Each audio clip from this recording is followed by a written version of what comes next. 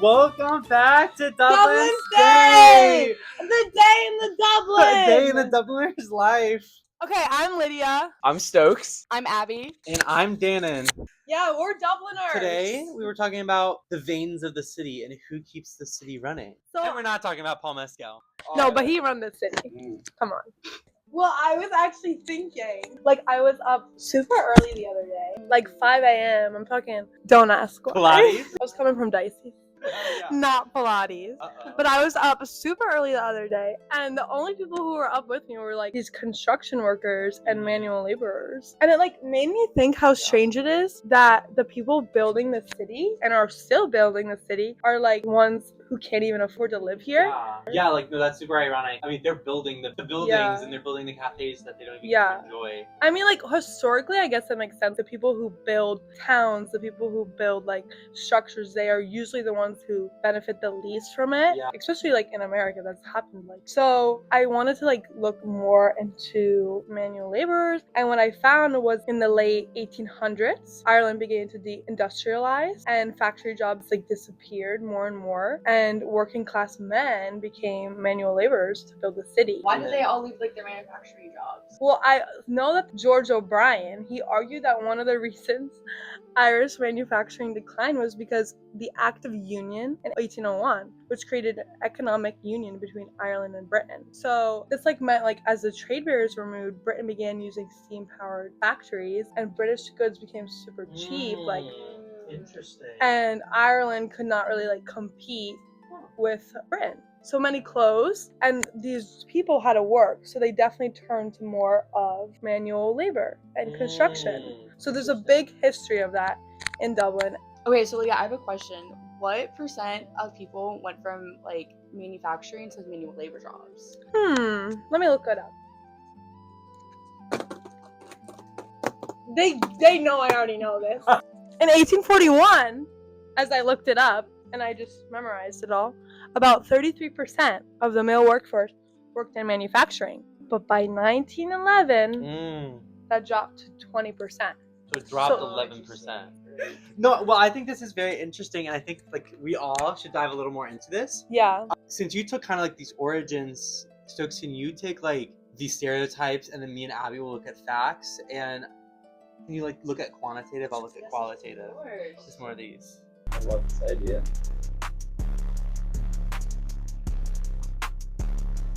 I'm looking up on SIP too.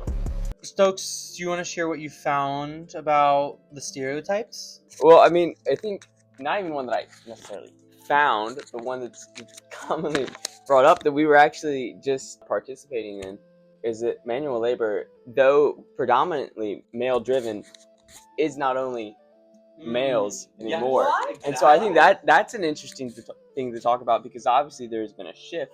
You talked about in 1911 it was what, 20%? 22%. Yeah. That were in manual labor, but you only mentioned that it was men, which made sense for the time. But nowadays there's definitely a lot more career opportunities and paths for people. So I didn't know that. did you see any construction women? No. Were you okay? Well, I've never seen construction women. Really? Okay. In Dublin?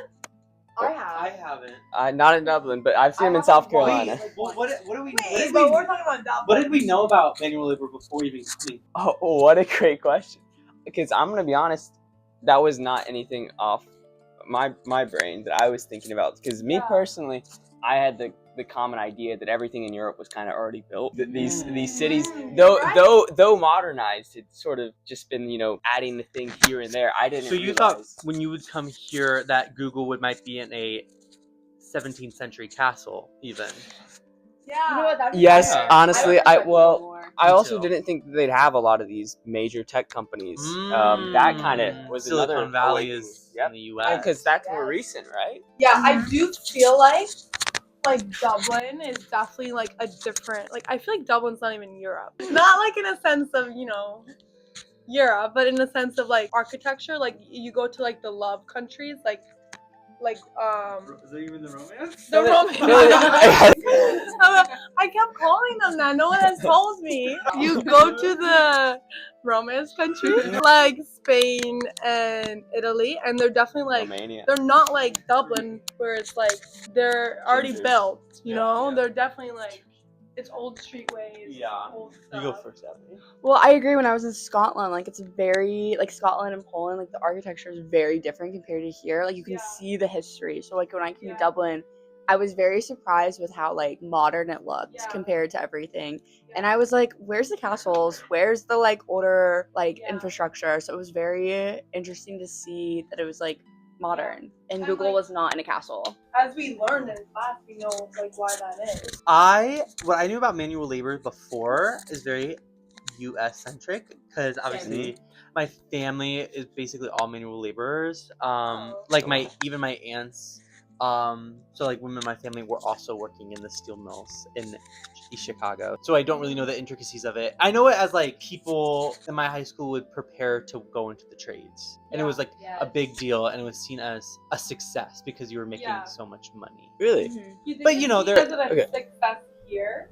I think do you we know could go anything? in. We could go into a lot of the stereotypes and also the media coverage of manual labor, because I think if you look at it both here in Dublin and then back in the United States, you may have differing views, and you also may be able to see a change in how things are portrayed and how the views are. So, what do you think some of the common stereotypes are of manual labor? If maybe specifically in Dublin, but then you can also do from your own. No, you said No, that. like I think they are definitely like they're smart, but I think they're can be seen as not as smart Yes, as someone who for sure. has a college degree. Well, that's in the top 5. Wait, and I have stats No. on that later. Really? Yeah. Okay. Y'all, No, y'all we're- can guess the rest of the top 5 Oh, for sure, stereotypes? for sure. I think Locked in. Violent.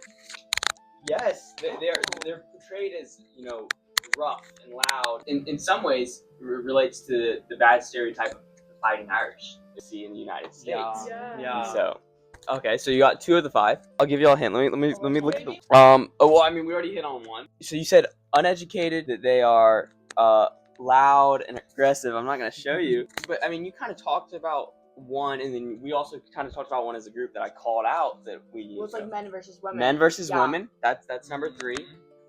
You kind of talked about it. It's kind of different. Or maybe we talked about it with like the tenements. I'll just go ahead and say it. Success is seen, at least in some parts of Dublin or in some minds of people, if you can sort of escape the system of manual labor and you can become educated. And so you can go from this blue collar line of work to a more white collar and working in the Googles of the world. Yeah. And then the last one, and this may be more related to the United States, or at least in our minds, but it's the political affiliation. When you think of blue collar, when you think of manual labor, what do you think of? Republican. Conservative, right? Conservative. That's a very, very popular stereotype, at least. Maybe it is heavily conservative. But, okay, so yeah, those are the top 5 stereotypes. And as you know, stereotypes aren't necessarily fully true, and they don't necessarily show the full picture of it. So we can look a little bit more into maybe the media coverage.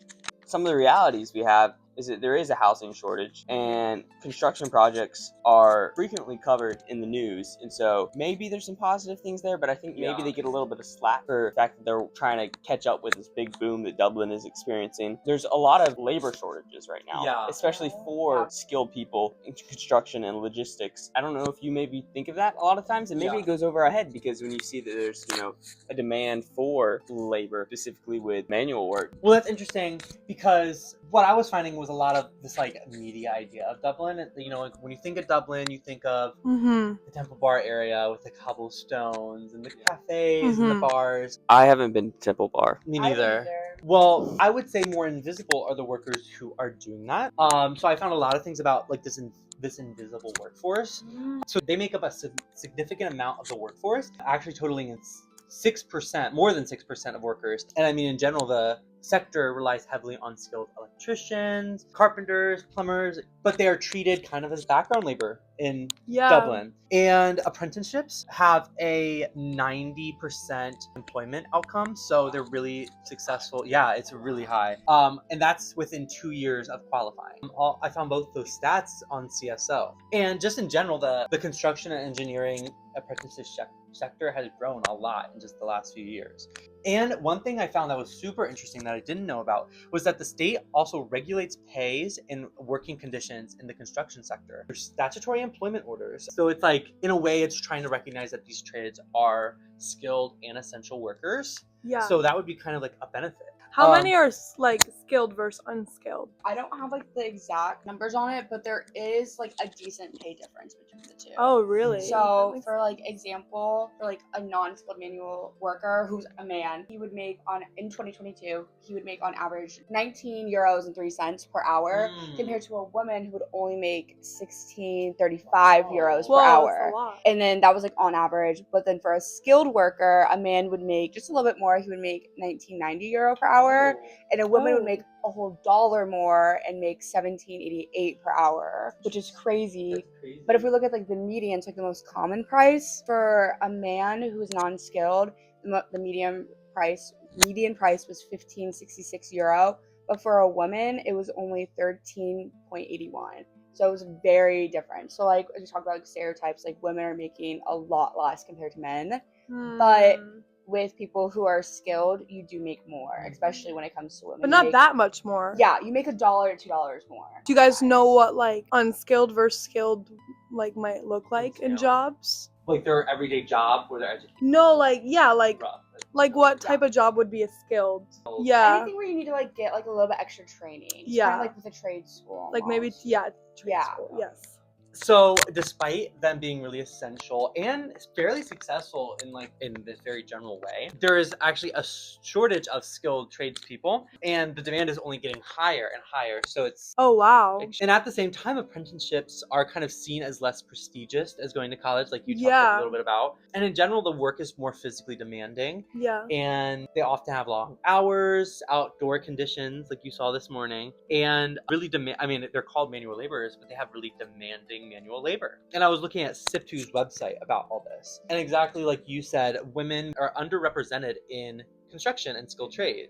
So I would say the major challenge is mostly attracting and supporting this new generation of blue collar workers, because the stereotypes and the conversation around it is that it's less prestigious. Yeah.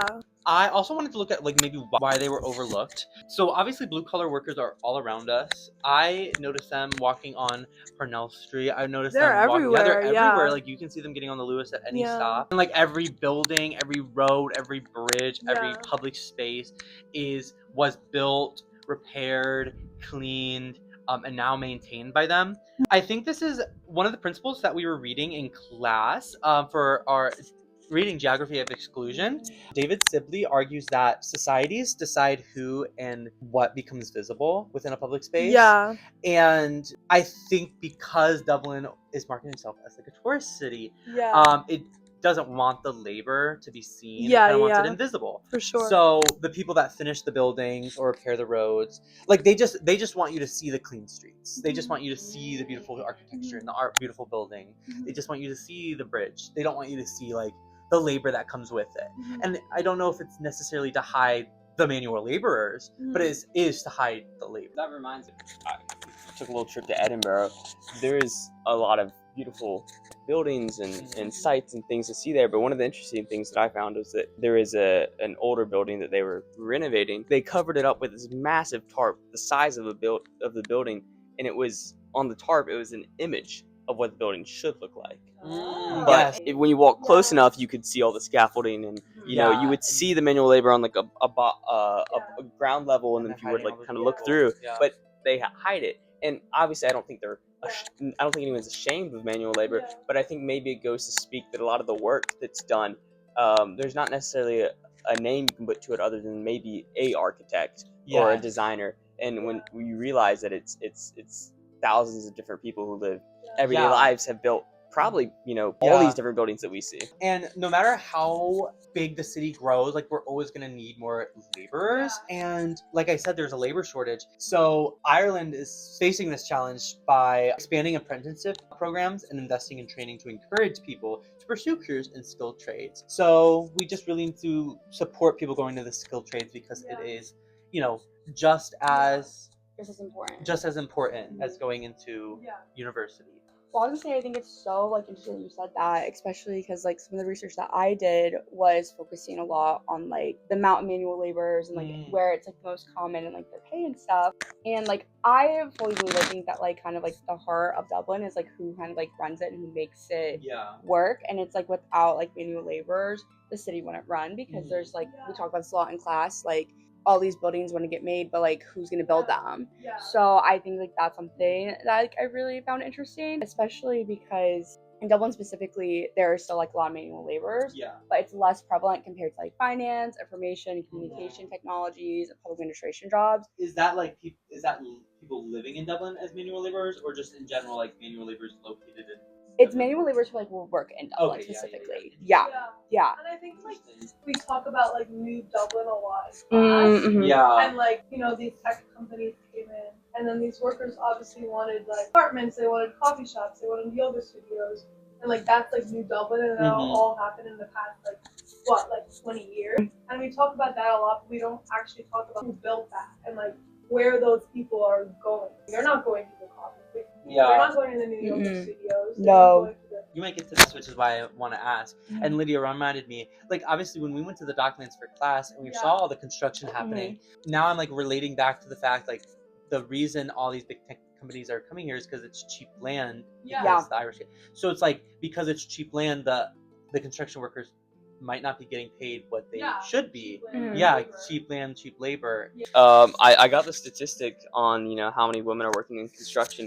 Out of the major industrial sectors in Ireland, it is one of the smallest percentages of female labor, but it is still right around 9% of the construction force being women, which is still a high amount. And then obviously the overall workforce being about right around, I think it's like 47% women, which is a huge increase from what it was 20, 30, 40 years ago. But then also this fact, in 2022 there was 11,430 women working in construction in Ireland, not in Dublin but in Ireland. And so it kind of brings to light that I think that's there are some other crazy.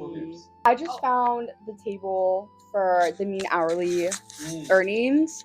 It's broken up between occupation and gender. This was 2022. It's kind of hard to like find more like recent stuff, but I feel like 2022 is still like relatively recent. So kind of like a refresh of what I said earlier. A male manual labor makes 19 euros roughly per hour, and a female manual labor makes roughly 16 euros per hour. But a non-manual worker, the average for a male is 34 euros and 61 cents per hour, and then for women it's 31 euros and 24 cents per hour. So there is like a really big increase, and especially for females, it's almost doubled from like a manual labor to non-manual labor. I didn't think it'd be so high. I was not expecting it to be so high. Do you think that's maybe driven up by a lot of the tech and finance? 100%. And so, and what's crazy is like the minimum wage in 2022 was only 10 euros and 50 cents per hour. So female manual labor specifically were barely making 3-4 euros more, which is crazy to think about. And especially if both households, like if you like, even if you like live on your own, or if it's like a 2-income household and it's like they're both manual laborers, like that is the price of living in Dublin is so much more expensive than like what it is. So it's really interesting to see how people who are driving the city and making it like run. And so the fact that they have to like travel into Dublin and then that costs money, and then they have to like sell for their houses and like all that stuff. So it's really surprising to see how little they make compared to other people. You know where specifically they live? I think like a lot of them live in, I found that They live in areas like Finglas, which is Dublin 11, and that's like north. And then they have to commute probably like to Outskirts, really. yeah, the outskirts of Dublin. Yeah. So we're all in the same class together, so like as we but as like something that like really stuck out to me is like when we were like walking like around the Docklands and we saw Hopscotch's building, for example, just like on like the side of the road. Like I thought that was like really interesting. Like it was like right there in the middle, and the fact that they had to like restore like the outside could be like historical and then like all that stuff. And I just found it really interesting that like these massive buildings like Google, Hopscotch, like all these different places, like the big building we saw that was like glass and like kind of leading on the side. People have to build those buildings, and it's not the people who are working there. Yeah. And so I found some stats according to SOLAS Regional Skills in Dublin. Nice. This is from 2024 to 2025. And it was really interesting because from quarter 2, 2024 to quarter 2, 2025, there was like a slight increase of skilled workers. From 2024, there was 56,100 skilled workers roughly to 57,400. But then in 2024, during like quarter 4, like kind of like October to December, there was 65,300. So it's really interesting to like kind of like see that stats and why. And I'm interested to learn more about why there's like an increase during like specific times of the year. But like Dana was like talking about earlier, there was like a heavy need for more like manual laborers, specifically in construction. And so they're trying to increase more because there's a need for all these buildings to be met. Yeah. Interesting. Well, we learned so much. And that has been Days in Dublin, or and that's Dublin been and Days. our special episode, Who Keeps Dublin Running.